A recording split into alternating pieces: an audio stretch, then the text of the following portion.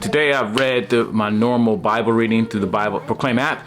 Download the app at proclaimministries.com/app or go to your app store and look up Proclaim Ministries. Well, it reads through, today we read through several passages. I listened to several passages. As I mentioned before in the previous video, that I struggle with reading the Bible. I always struggle with just like reading. Sometimes my mind goes off, so I like listening to the Bible and reading at the same time. And through the app, you can listen, and I really do like listening. So I was actually shaving my head, as I talk about often, but this is when I really listen to the Bible a lot of times. I do read it, but I do listen and get a lot in there. Sometimes, I'm listening, it goes in one out the other. I think it does, but however, there's often times, I heard that before, right? Just like you hear things in passing and you get them. But this time, Psalm 145 really jumped out at me because I really like Psalm 145. And it starts by saying, I will extol the Lord, my King. I will bless your name forever and ever. Every day I will bless you and praise your name forever and ever. Verse 3, great is the Lord and greatly to be praised. His greatness is unsearchable. And something about that just got me. Like, we can search all kinds of stuff on Google and all our search engines, and we can look up anything, right? But God's greatness is unsearchable. You will never get to the end of the greatness of God. It will never come to all the things that we can know, because you can never know the fullness of God. Even in heaven, we will continually for eternity learn more and more about our unsearchable God, that he's that, I don't want to say big, but he's that massive, that incomprehensible, that God is so much greater than us. And sometimes it really blows my mind that there's a God who made me, who takes time to love me and care for me. I think the psalmist said in Psalm 118, what is man that you're mindful of him? To the son of man, you will take care of him. That God thinks about us when he doesn't have to. And so that really jumped out at me, and I really like Psalm 145. It really focuses on the greatness of God. It continues, verse 4, one generation shall commend your works to another and shall declare your mighty acts.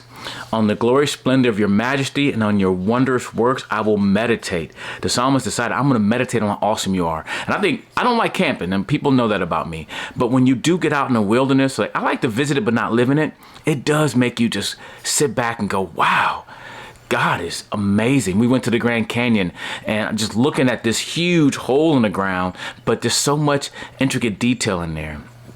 It's amazing. And even looking at our own bodies, the fact that God made us the way he has, and the way our bodies work. And sometimes, honestly, I'll tell you, sometimes the most amazing thing is how we treat our bodies and they still work. Like the junk we eat and the things we smoke and drink, and how we can just devastate this body, and yet it still works. Probably not as optimal, but it still works. And that just sings or shouts to the greatness or the majesty of God. And that's something that we should meditate on, that God is that great. Verse 7. Verse 6, they shall speak of your awesome deeds, and I will declare of your greatness. They shall pour forth the fame of your abundant goodness, and shall sing aloud of your righteousness.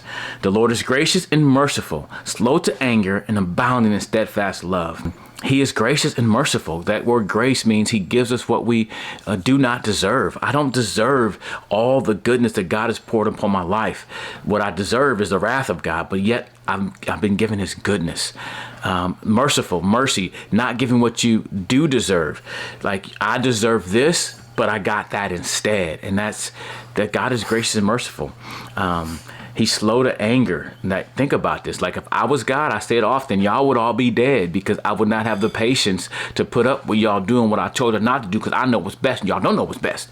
I'm just not slow to anger like God is. Verse 9, the Lord is good to all, and his mercy is over all that he has made.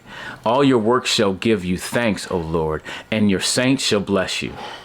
Verse 11, they shall speak of the glory of your kingdom and tell of your power, to make known to the children of man your mighty deeds and the glorious splendor of your kingdom. Your kingdom is an everlasting kingdom, and your dominion endures throughout all generations. The Lord is faithful to all his word and kind to all his works. The Lord uphold all who are falling and raise up all who are bowed down. The eyes of all look to you, and you give them their food in due season. I like that. The eyes of all look to you, and you give them their food in due season. God is the supplier of all things, so we get it from God, not from ourselves. We often think it's us who did it, but really it comes from God, because what do we have, or what can we make or do without what God has already supplied? Nothing. The Lord is righteous in all his ways and kind in all his works. The Lord is near to all who call on him in truth. He fulfills the desires of those who fear him, He also hears their cries and saves them. The Lord preserves all who love him, but all the wicked will be destroyed. My mouth will speak of the praise of the Lord, and let all flesh bless his holy name forever and ever. There's a lot here. I didn't cover it all, but I would want to encourage you to read Psalm 145 and meditate on how great and awesome God is. I think that's one of the issues we struggle with. I was talking to a friend recently about confidence, and where do we get our confidence from? And I'm also listening to a lot of business stuff and trying to really clarify my message and really build an organization, build some structure. And that same day we were talking about confidence, I was listening to another book, a business book, and he said this in the business book: when our knowledge of something increases our confidence in it. Like when you know your craft, you know your skill, you know your business, it increases your confidence, right? Well, same thing I believe with God, even more so. The more we know God, the more confident we are in him and all he has done and who he is.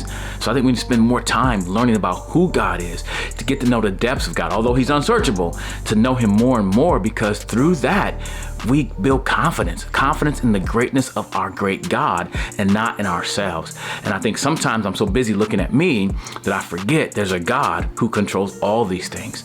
So get to know God, like Paul said in Philippians chapter 3, that I might know him. Like I want to know him. There's a desire to know God. And one of the ways to get to know God is by spending time with God, getting this word and meditating on who he is. So again, I encourage you to read Psalm 145, because I believe this is a great passage that you meditate on that will help you live for God by connecting faith and life.